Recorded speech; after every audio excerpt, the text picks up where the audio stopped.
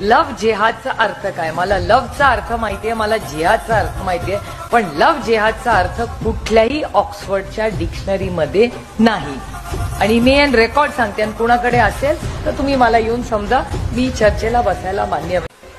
Love जिहादचा अर्थ काय? मला लव्हचा अर्थ माहितीये, मला जिहादचा अर्थ माहितीये, पण लव्ह जिहादचा अर्थ कुठल्याही ऑक्सफर्डच्या डिक्शनरीमध्ये नाही. आणि मी एन रेकॉर्ड सांगते, आणि कुणाकडे असेल तर तुम्ही मला येऊन समजा, मी चर्चेला बसायला मान्य. शरद पवार यांची लाडकी कन्या आणि राष्ट्रवादी काँग्रेस शरद पवार गटाच्या सर्वेसर्वा सुप्रिया सुळे यांचं म्हणणं असं आहे की मला लव्ह काय आहे हे पण माहित आहे, जिहाद काय आहे हे पण माहित आहे, मात्र लव्ह जिहाद काय आहे मला माहितच नाही. जर कोणाला माहित असेल तर मला नक्की कळवा बरं का. तर मित्रांनो, आज जो व्हिडिओ आम्ही सादर करत आहोत त्यामध्ये लव्ह जिहाद म्हणजे नेमकं काय आहे आणि कशा प्रकारे हिंदू मुलींचं पद्धतशीरपणे ब्रेन वॉश करून त्यांना इस्लाम धर्म स्वीकारायला लावला जातो याचं ज्वलंत जिवंत उदाहरणच आम्ही आज या व्हिडिओतून देणार आहोत. तेव्हा आजचा व्हिडिओ अजिबात चुकवू नका. खूप महत्त्वाचा व्हिडिओ आहे मित्रांनो. प्रत्येक हिंदू पालकांनी हा व्हिडिओ बघणं अनिवार्य आहे असं समजा. प्रत्येक हिंदू भावाने, प्रत्येक हिंदू भगिनीने हा व्हिडिओ नक्कीच बघितला पाहिजे, कारण यामध्ये केरळमधील आपल्याच एका हिंदू भगिनीवर जे अत्याचार झाले, ज्या पद्धतशीरपणे तिचं ब्रेन वॉश करण्यात आलं आणि त्यानंतर तिची आणि तिच्या कुटुंबाची कशी वाताहत झाली हे त्या भगिनीने स्वतः समोर येऊन सांगितलेलं आहे. आणि हे सगळं झालं ते केवळ आपण आपल्या मुलांना आपल्या धर्माचं शिक्षण आणि आपल्या धर्माचे संस्कार देण्यामध्ये कमी पडलो म्हणून. भविष्यामध्ये हे होऊ नये म्हणूनच प्रपंच परिवाराने प्रभू श्री राम, महाकाल, आई जगदंब यांची शपथ घेऊन धर्माचा प्रचार आणि प्रसार सुरू केलेला आहे, ज्यासाठी हिंदू प्रपंच हे युट्यूब चॅनल चालू केले, ज्यावरून हिंदू धर्म, शास्त्र, नीती, संस्कार, संस्कृती यांवरचे शास्त्रीय आणि वैज्ञानिक दृष्टिकोन असलेले व्हिडिओज आम्ही सादर करतोय. महिषासूर मर्दिनीचं स्तोत्र नुकतंच त्यावर सादर करण्यात आलेलं आहे. त्या व्हिडिओची लिंक या व्हिडिओच्या डिस्क्रिप्शन बॉक्स मध्ये दिलेली आहे. त्या लिंकला क्लिक करा. आपल्या मुलांना आपला धर्म आणि शास्त्र यांचे संस्कार रुजवा.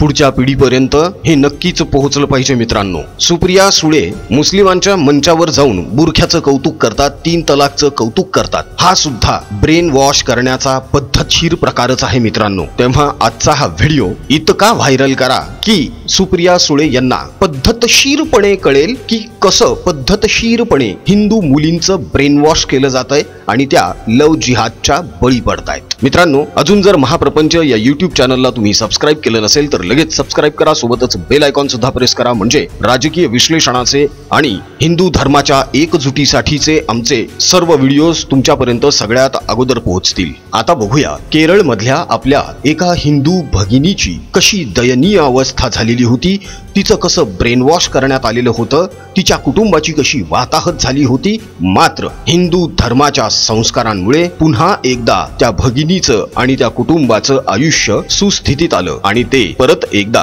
हिंदू धर्म आणि नीती या मार्गावर चालायला लागले. आता बघूयात आपली ही बहीण आपल्याशी संवाद साधते आहे. ओम नमः शिवाय. ओम गुम गुरुभ्यो नमः. I am extremely sorry. I am not at all good at Hindi. Please excuse me.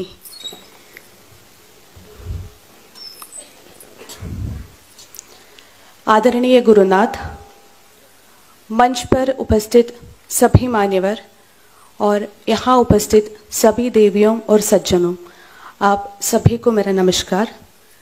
मैं डॉक्टर अनघा केरल के त्रिशूर जिले से हूँ. वह मेरी बड़ी बहन अनुषा है और वो मेरी छोटी बहन अमृता.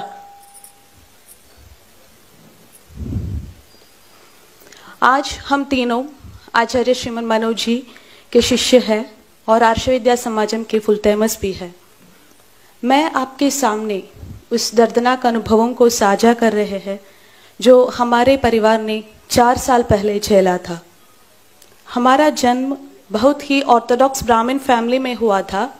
बहुत छोटी उम्र से ही हम घर पर कई प्रकार के अनुष्ठान और दैनिक पूजा देखते हुए बड़ी हुई है. मुझे केवल कुछ अनुष्ठानों के अलावा इस बात का कोई अंदाजा नहीं था कि सनातन धर्म क्या है, भारत का वास्तविक इतिहास क्या है और समकालीन चैलेंजेस क्या होती है। यह अज्ञता मुझे इस्लाम के गड्ढे में ले आया। मैं हर किसी की तरह अच्छी पढ़ाई करके, एक अच्छी नौकरी पाकर, अपने परिवार की देखभाल करके और एक अच्छा फिजियोथेरेपिस्ट बनने का सपना लेकर कॉलेज गई थी। लेकिन कुछ और ही मेरे इंतजार कर रहा था। यह एक ऐसा समय था जिसने मेरे जीवन का दिशा बदल दी। मैं अपने कॉलेज के दिनों में हॉस्टल में रहती थी। मेरे रूममेट्स में मुसलमान अधिक थे। हमारे बातचीत में रिलीजन कॉमन टॉपिक बन गया। सबसे पहले उन्होंने मुझे हिंदू धर्म के बारे में क्वेश्चंस पूछना शुरू किए। आप सभी ने केरला स्टोरी फिल्म देखी होगी। मैंने भी फिल्म में कैरेक्टर शालिनी उन्नीकृष्णन जैसे ही क्वेश्चंस को सामना किया है। मैं उनको किसी भी क्वेश्चंस को आंसर नहीं दे पाई क्योंकि मैं अपने धर्म के बारे में कोई जानकारी नहीं थी। ये क्वेश्चंस धीरे धीरे क्रिटिसिज्म्स एंड इंसल्ट्स में बदल गई। वे क्षण थे जब मुझे ये कहने में भी शर्म आती थी कि मैं हिंदू था। मेरे परिवार वालों को भी कोई क्वेश्चंस को सैटिस्फैक्टरी और क्लियर जवाब नहीं दे पाई। मुझे सिर्फ यही आंसर मिला था कि हम अपने पूर्वजों को बताने रास्ते पर चलते हैं बस। लेकिन मैं इस आंसर से खुश नहीं था। मैं इन सवालों का जवाब खोजने के लिए बहुत कोशिश की लेकिन सफल नहीं हुई। इसलिए जब मैं एक कंफ्यूज्ड स्टेट में थे, मेरे फ्रेंड्स ने मुझसे इस्लाम के बारे में बात करना शुरू किया। उन्होंने बताया कि इस्लाम दुनिया का सबसे अच्छा रिलीजन है। अगर मैं इस्लाम के बारे में क्वेश्चंस करते तो वे पूरे आंसर्स देते थे क्योंकि उन्होंने बचपन से ही मदरसा में उनकी रिलीजियस शिक्षा प्राप्त की थी। लेकिन मैं सनातन धर्म की बेसिक चीजों भी नहीं जानती थी। इसलिए मुझे उनके विचारों से प्रभावित होने में देर नहीं लगी। मैं अपने पहचान खोने लगा। तब तक मैं मानती थी कि सभी ईश्वर एक है और मानने लगा कि अल्लाह ही एकमात्र ईश्वर है। इस्लाम ने सबसे पहले मुझे सिखाया कि बाकी सभी रिलीजियंस के ईश्वर संकल्प और उनके अनुयायी नित्य नरक के अवकाशी है और सभी गैर मुसलमान मेरे लिए काफिर हो गए। तब तक मैं बिंदी, कुमकुम, चंदन लगाती थी और धीरे से मैं मुस्लिम महिला की तरह कपड़े पहनने लगी। गाना, नाचना सब कुछ मेरे लिए हराम हो गया। मुझे लगने लगा कि मंदिर जाना और मंत्र का जप करना व्यभिचार जितना ही गलत है। धीरे धीरे से हिंदू धर्म, देवी देवताओं, हिंदू अनुष्ठान, स्वयं हिंदुओं को प्रति नफरत आने लगी। जिनका ये इस्लामिक व्हाट्सएप ग्रुप में मैं मेंबर थे, उन सभी में भारत के खिलाफ नफरत भड़कावा देने वाले मैसेजेस प्रचलित हो रहे थे। उन सारे मैसेजेस का टोन सिर्फ यही था कि भारत एक हिंदू राष्ट्र है और यहाँ विभिन्न तरीकों से इस्लाम का डोमिनेंस स्थापित किया जाना चाहिए और सभी मुसलमानों को इसमें इसके लिए योजनाएं में भाग लेना चाहिए। मेरे मुस्लिम फ्रेंड्स ने मुझे ओपनली बताया है कि उनकी योजना schools, colleges, hospitals, government, law and order, IT, social media, charity services जैसे सभी क्षेत्रों में अपना डोमिनेंस स्थापित किया है और इस तरह से सभी गैर मुसलमानों को इस्लाम में परिवर्तित करना है। उन्होंने ये भी कहा कि सीएए एनआरसी आदि भारत के मुसलमानों को नुकसान पहुंचाने के लिए है और इनको डटकर मुकाबला देना चाहिए। क्या आप जानते हैं कि उस समय मैं किससे सबसे नफरत करती थी? कोई और नहीं बल्कि हमारे प्रधानमंत्री श्री नरेंद्र मोदी जी से। मोदी जी की योजना भारत के सभी मुसलमानों को निर्वासित कर इसे एक हिंदू राष्ट्र बनाने की है। इसलिए उन्होंने ये भी सुझाव दिया कि उन्हें जल्द से जल्द अपने मृत्यु के लिए प्रार्थना करनी चाहिए।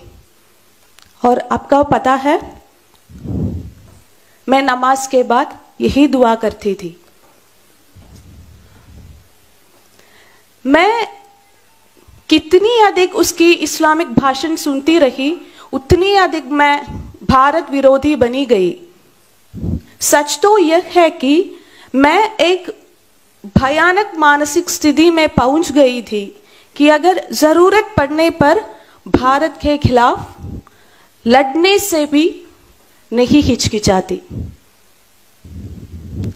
क्या आप कल्पना कर सकते हैं मैं किस तरह की भयानक स्थिति में थी?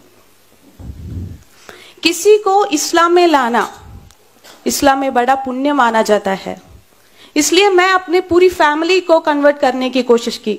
सबसे पहले मैं अपनी छोटी बहन अमृता को कन्वर्ट करने की कोशिश की। मैं उसे पूरी तरह से कन्वर्ट करने में सफल नहीं हुई, लेकिन मेरी इस्लामी पढ़ाई आगे बढ़ रही थी। मेरे दोस्तों ने मुझे तफसीर, जो कुरान का व्याख्यान होता है, वो मुझे दिया और साकिर नायक, इमाम अकबर जैसे इस्लामिक प्रीचर्स का वीडियोस भेज दिए। उसे पढ़कर और सुनकर मैं इस्लामी विरोधी होती गई, हिंदू विरोधी होती गई। कॉलेज के बाद मुझे कोड़िकोड, केरल के कोड़िकोड में नौकरी मिल गई थी, जहां मुस्लिम डोमिनेटेड एरिया है। और वहां मेरे पेशेंट्स और उनके बाईस्टैंडर्स जो इस्लाम के प्रति मेरे झुकाव को समझते थे, उन्होंने मुझे हर तरह से सपोर्ट देना शुरू कर दिया। उन्होंने ये भी कहा कि मेरा इस्लामिक लीगल कन्वर्शन के लिए वे हर तरह से मदद करेंगे। मैं उनके इस उत्साह से एक्चुअली हैरान थी। इस्लाम सिखाने के 6 साल बाद 2020 में मैं कन्वर्शन करके अपना नाम बदलकर आयमा अमीरा बनके पूरी तरह से मुसलमान बनने का फैसला किया। लेकिन उससे पहले इसके बारे में मैं अपने परिवार वालों को ओपनली बताने को डिसाइड किया। मुझे पक्की तौर पर मानती हूं कि उस क्षण से मेरे जीवन में ईश्वर और गुरु का अदृश्य हस्तक्षेप था।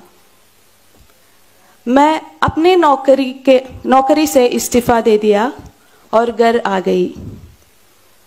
यह जो समय था जब हमारे परिवार ने एक लंबे लॉकडाउन पीरियड के बाद फिर एक साथ था। मेरे माता पिता को अंदाजा था कि मैं इस्लाम के बारे में सीख रही हूं, लेकिन उन्होंने कभी नहीं सोचा कि मैं कन्वर्ट हो जाऊंगी। एक दिन मैं अपनी मासूस माता पिता को यह खबर बताई कि मैं इस्लाम स्वीकार कर लिया हूं और अब मैं एक मुस्लिम महिला हूं। क्या आप जानते हो इसके बाद क्या हुआ? वे ऐसे घटे थे जैसे उनके सिर पर वार किया गया है। वे जो अपने दिल और दिमाग पर श्री कृष्ण भगवान को रखते हैं, मेरे बात को सहन नहीं कर सके। खुशी के दिन दुख में बदल गई। मेरे माता पिता मेरे सामने बैठकर रोते रहते थे। उन्होंने गाना बंद कर दिया। वे हर समय केवल रोते रहते थे, लेकिन वे मेरे फैसले से मुझे निकाल नहीं कर सके, क्योंकि मेरे क्वेश्चंस का जवाब उनके पास नहीं थे, इसलिए वे हेल्पलेस थे।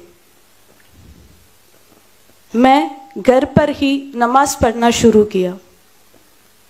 जब समय पर नमाज नहीं पढ़ पाती तो मैं निर्दयी हो जाती थी, क्योंकि मुझे डर था अगर मैं समय पर नमाज नहीं पढ़ी या नमाज छोड़ दी तो अल्लाह मुझे सजा देगा। तब तक मैं चोरी छुपी नमाज पढ़ती थी, लेकिन एक दिन मैं खुलेआम नमाज पढ़ने को डिसाइड किया। जब मेरी पापा ने नीचे पूजा करते थे, मैं ऊपर नमाज पढ़ती थी। एक दिन मेरी माँ ने यह देख लिया, वह टूट गई।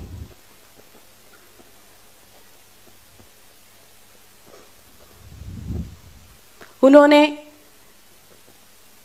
पूजा कमरे जाकर नारायणा नारायणा चिल्लाकर रोने लगी। यह सुनकर मैं नीचे आ गई। पूजा कमरे में विग्रहों को देखकर मैं बहुत चिढ़ हुई। मैं मां से कहा, तुम किस नारायण को प्रार्थना कर रही है? तुम्हें बचाने के लिए कोई नहीं आएगा, क्योंकि ऐसा एक ईश्वर ही नहीं है। वो ईश्वर नहीं, शैतान है, शैतान। ये सुनकर मेरी मां रोते रोते मेरे पैरों पर गिरा और बोली, बेटी मत जाओ, अगर तुम गई तो हम चारों आत्महत्या कर लेंगे। इसे सुनकर मुझे और भी गुस्सा आ गया। मैंने कहा कि तुम काफिर हो, तुम नरक के बारे में निश्चित हो, तुम आत्महत्या करो या ना करो, मुझे कोई परवाह नहीं होगी। मेरी जगह आप अपने बच्चों को कल्पना करें, जिसे यदि वो आपका बेटी या बेटा जिसे आपने प्यार से पाला और बड़ा किया है, उसने आपके साथ यह कहते तो आपको कैसा लगेगा? सोचिए, मैं यह उस मां से कह रही थी जिसने मुझे 9 महीने तक अपने गर्भ पर रखा, प्यार से पाला पोसा, मुझे सब कुछ दिया। दरअसल मेरे दिमाग में यह शैतानी विचारधारा दी जो मुझे यह कहने में मजबूर कर दिया था। इस्लाम में कहते हैं कि गैर मुसलमानों का बात मत सुनो, फिर वे तुम्हारे माता पिता ही क्यों ना हो। यह सुनकर मेरी माता पिता निराश हो गई। उन्हें समझ आया कि उनके आंसू और सलाह मुझे वापस नहीं ला सकते हैं। ईश्वर का अगला अदृश्य हस्तक्षेप मेरे कसिन भाई अजय भैया के रूप में आया। एक दिन उन्होंने कहा कि सिर्फ इसलिए हमारे पास तुम्हारे क्वेश्चंस का जवाब नहीं है, इसका मतलब यह नहीं है कि इन क्वेश्चंस का जवाब ही नहीं है। एक ऐसी जगह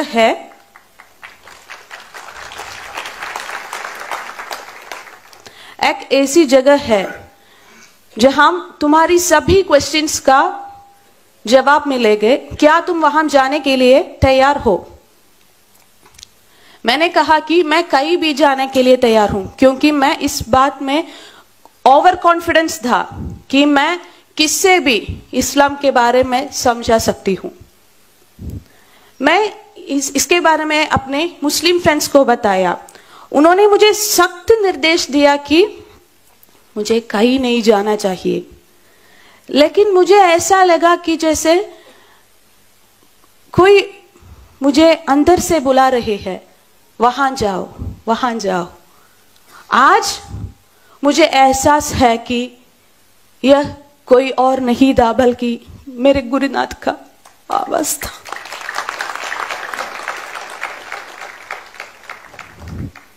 जैसे 26 अगस्त 2020 में इस गर्व के साथ मैं आर्ष विद्या समाजम आई थी कि मैं वहां से सबको इस्लाम में कन्वर्ट करूंगी। शुरू के 2 दिनों में वहां के टीचर से बात की। मुझे जो तर्क पता था इसको I was dealing with them. तीसरे दिन ही हम आचार्य श्री मनोज जी से मिले। आचार्य जी के साथ डिबेट हुआ। आचार्य जी ने उसी कुरान और हदीस के आधार पर बात करती थी जिसे मैं दैविक वचन मानती थी। आचार्य जी ने कुरान के ईश्वर संकल्प, अनसाइंटिफिक फैक्ट्स, अंधविश्वास, मोहम्मद के क्रुएल्टीज एक्सेट्रा के बारे में बात की। क्या आप विश्वास करेंगे, जिस आइडियोलॉजी मेरे माता पिता के आंसू, मेरे रिश्तेदारों के सलाह, मेरी बहनों और दोस्तों के बातें को बदल नहीं सके, उस आइडियोलॉजी को आचार्य जी ने बहुत शांति से एक फूल तोड़ने जैसे बदल दिया।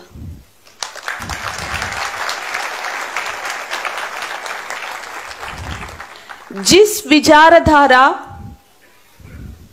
को मैं पिछले 6.5 साल सच मानती थी, उसे आचार्य जी ने सिर्फ और सिर्फ 3.5 घंटों से गलत साबित किए।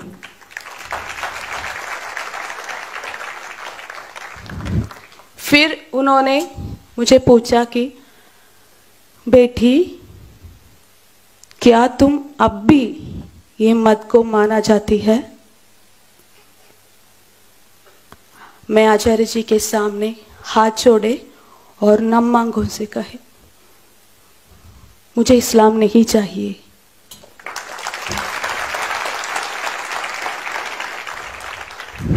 इस प्रकार हम तीनों आचार्य श्री डिसाइंड कोर्सेस, आर्ष विद्या समाजम के कोर्सेस को पढ़ने शुरू किए। सनातन धर्म की महानदा और बाकी सभी रिलीजन्स का गतराओं के बारे में पता चला। भारत के ट्रू हिस्ट्री, आज समाज में हुए घटनाओं और आर्ष विद्या समाजम के एक्टिविटीज की महानदा और जरूरत को के बारे में ज्ञान हुआ और हम तीनों आर्ष विद्या समाजम के फुल टाइमर्स बन गए। जब हम सनातन धर्म में वापस आने के अपना अनुभव साझा करते हैं तो कई लोग हमारी अप्रिशिएट करते थे। वे आर्ष विद्या समाजम की नारी शक्ति के बारे में प्रशंसा करते थे। लेकिन एक बात याद रखिए, शिव के बिना कोई शक्ति नहीं है।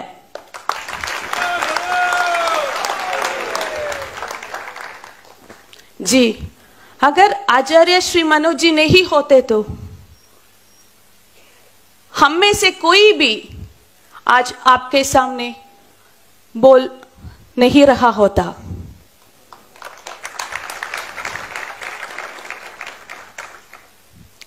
हम में से प्रत्येक उनके प्रति अधिक श्रेणी है। इसको चुकाया नहीं जा सकता, भले ही हम अपना जीवन उनके चरणों में समर्पित क्यों ना कर दे। क्या आप कल्पना कर सकते हैं उनका ज्ञान और प्रभाव कितना होता कि हम जो खुद को हिंदू कहने में भी शर्मिंदा थी, उन्होंने मुझे हमें सक्षम बनाया कि आज हम स्वाभिमानी हिंदू कहते हैं।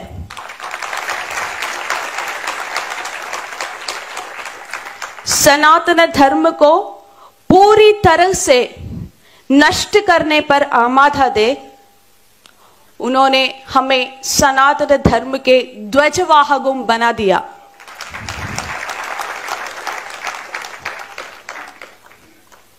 हम अपने जीवन का अंतिम सांस तक आचार्य जी और उनके मिशन के साथ रहेंगे।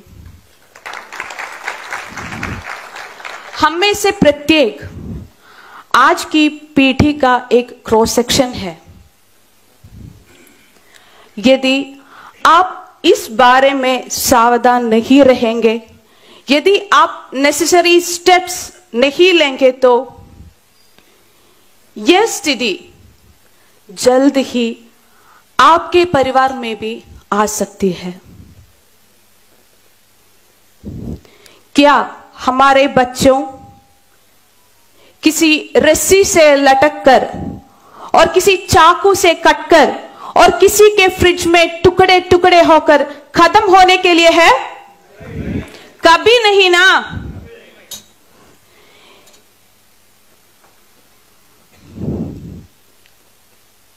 हम कब तक इस तरह डरते रहेंगे, शौक मानते रहेंगे?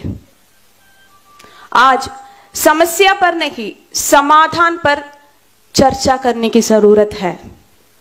हमारा देश एक ऐसा राष्ट्र है जो सहस्राब्दियों के उत्पीड़न के बावजूद बहादुरी से जीवित है। हम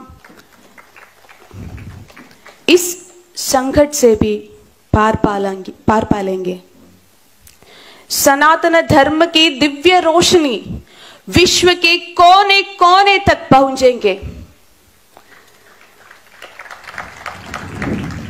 लेकिन एक बात याद रखिए, हम लाखों मिशनरियों से लड़ने जा रहे हैं।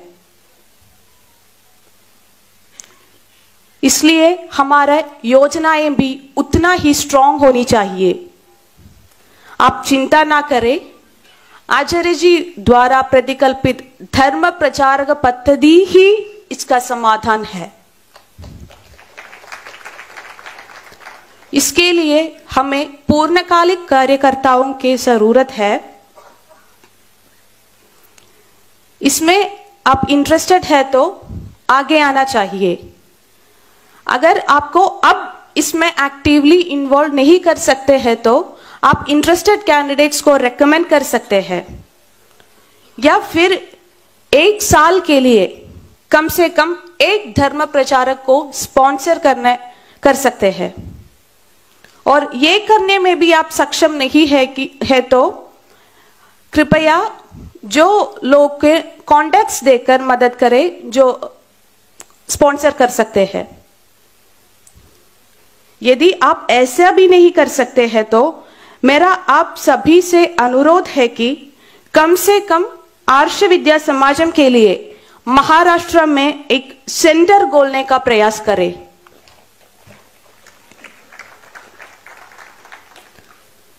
मैं अपनी एक्सपीरियंसेस आपकी सहानुभूति या प्रशंसा पाने के लिए नहीं बताए। मेरे ये एक्सपीरियंसेस यहाँ मौजूद एक भी व्यक्ति मैं बदलने को मदद करने तो मैं इसे बड़ा सफलता मानेंगे। इतने लंबे समय तक मुझे पेशेंटली सुनने के लिए सभी को मेरे धन्यवाद। सब कुछ गुरुपद पर समर्पित करके ओम नमः शिवाय, ओम गुम गुरुभ्यो नमः।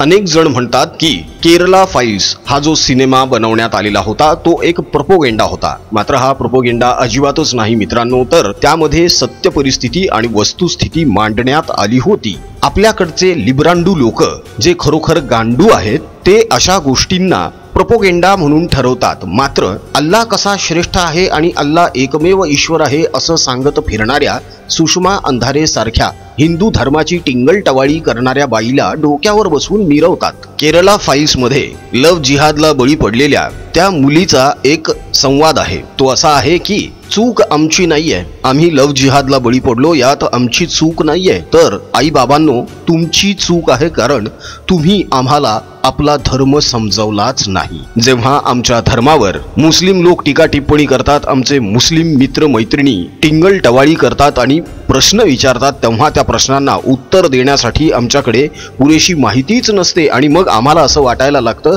की खरोखरच आपला धर्म पोकळ आहे। आणि मग आमच्यासारखे असे असंख्य अज्ञानी या मुस्लिमांच्या पद्धतशीर ब्रेन वॉशला बळी पडतात। तेव्हा कळकळीची विनंती आहे हिंदू माता भगिनींना, बांधवांना, हिंदू धर्मशास्त्र नीती संस्कार समजून घ्या, आपल्या पाल्यांना रोज ते संस्कार द्या।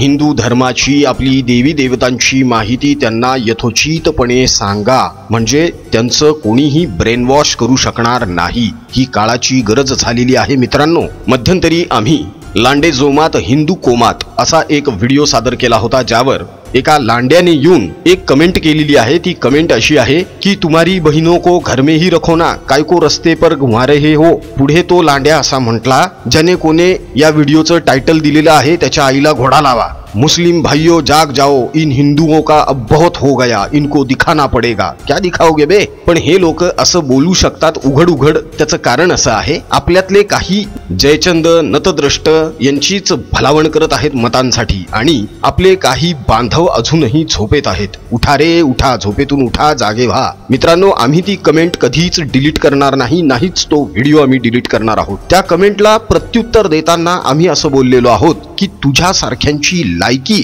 आणि घाणेरडी वृत्ती जगाला कळावी म्हणून मुद्दाम हा व्हिडिओ बनवण्यात आलेला आहे। आपल्यातल्याच काही हिंदूंनी त्या व्हिडिओवर अशा कमेंट केलेल्या आहेत की तुम्ही म्हणताय ते साफ खोटं आहे, असं काहीही घडत नाहीये, तुम्ही उगाचच हिंदू मुस्लिम असा वाद ओढवत आहात। मग हा जो व्हिडिओ आता आम्ही सादर केलेला आहे हा खोटा आहे हे तुम्ही सिद्ध करून दाखवा ना। सर्व धर्म समभावाची पुंगी वाजवणाऱ्यांनी एकदा हा व्हिडिओ नक्कीच बघितला पाहिजे, तेव्हा हा व्हिडिओ जास्तीत जास्त प्रमाणामध्ये शेअर करा। पुन्हा एकदा कळकळीची विनंती आहे हिंदू मातांनो, भगिनींनो, बंधूंनो, जातीपातीमध्ये भांडत बसू नका, आपल्यातच फूट पाडून घेऊ नका। हिंदू म्हणून एकजूट राहा, एकजूट राहिला तरच अस्तित्व टिकून राहणार आहे। हिंदू धर्म आणि शास्त्र यांची माहिती स्वतः सुद्धा घ्या आणि तुमच्या परिवारातील सर्व सदस्यांना द्या। लहान मुलांना तर आवर्जून रोज संध्याकाळी शुभम करोती म्हणायला बसवा। शुभम करोती का म्हणायचं त्याची माहिती त्यांना द्या। आपला देव किती महान आहे, आपला धर्म किती श्रेष्ठ आहे हे वारंवार त्यांच्या मनावर बिंबवत राहा, तरच पुढचं भविष्य सुकर आहे। अन्यथा काळ दरवाजाशी येऊन ठेपलेला आहे, उंबरठ्यावर उभा आहे, हे विसरून चालणार नाही। हिंदूंनी एकत्र यावं, हिंदूंमधली एकजूट वाढावी, यासाठीच प्रपंच परिवाराने हिंदू प्रपंच हे नवकोर यूट्यूब चॅनल चालू केलेलं आहे, ज्यावर नुकताच महिषासुर मर्दिनीचा स्तोत्राचा एक सुंदर असा व्हिडिओ सादर करण्यात आलेला आहे, ज्याची लिंक या व्हिडिओच्या डिस्क्रिप्शन बॉक्स मध्ये दिलेली आहे। त्या लिंकला क्लिक करा, हे स्तोत्र स्वतः सुद्धा ऐका, आपल्या हिंदू मित्र परिचितांमध्ये हे स्तोत्र व्हायरल करा, आपल्या घरातल्या लहान मुलांकडून हे स्तोत्र पाठ करवून घ्या, त्यांना दाखवा, त्यांना समजवा आपली आई जगदंबा, आपली आई भवानी, आदिशक्ती, आदि माया किती श्रेष्ठ आहे। महिषासूर जेव्हा आवरला जात नव्हता तेव्हा ब्रह्मा विष्णू महेश तिघेही जण हतबल झालेले असताना आदिमाया आदिशक्ती हिने ब्रह्म विष्णू आणि शंकर या तिघांची शस्त्रे हातात घेतली आणि महिषासुराचं मर्दन केलेलं आहे, त्याचा वध केलेला आहे। इतकी अपार शक्ती ज्या देवीमध्ये आहे तिची टिंगल टवाळी करणाऱ्या सुषमा अंधारेला सुद्धा ती आई भवानी नक्कीच तिची जागा दाखवून देईल। तेव्हा मित्रांनो, या अशा गोष्टी आपल्या लहान मुलांना नक्की सांगत चला। यासाठीच हिंदू प्रपंच हे यूट्यूब चॅनल चालू केलेलं आहे। धर्माचा प्रचार आणि प्रसार या मोहिमेमध्ये मोठ्या प्रमाणावर सहभागी व्हा। लिंक या व्हिडिओच्या डिस्क्रिप्शन बॉक्स मध्ये दिलेली आहे, तिला क्लिक करा। हिंदू प्रपंच या यूट्यूब चॅनलला सबस्क्राईब करा, मित्रपरिचितांमध्ये व्हायरल करा। अजून जर महाप्रपंच या यूट्यूब चॅनलला सबस्क्राईब केलं नसेल तर लगेच सबस्क्राईब करा, बेल आयकॉन सुद्धा प्रेस करा, म्हणजे राजकीय विश्लेषणाचे आणि हिंदू धर्म जनजागृतीचे आमचे सर्व व्हिडिओज तुमच्यापर्यंत सर्वात अगोदर पोहोचतील। राजकीय बातम्या, राजकीय घडामोडी, राजकीय अपडेट्स रंगतदार पद्धतीने जाणून घेण्यासाठी बघत रहा महाप्रपंच। पुन्हा भेटूया पुढच्या व्हिडिओमध्ये। जय हिंद, जय महाराष्ट्र, वंदे मातरम, जय शिवराय, जय शंभूराजे, जय भवानी, जय जगदंब, भारत माता की जय, जय श्रीराम।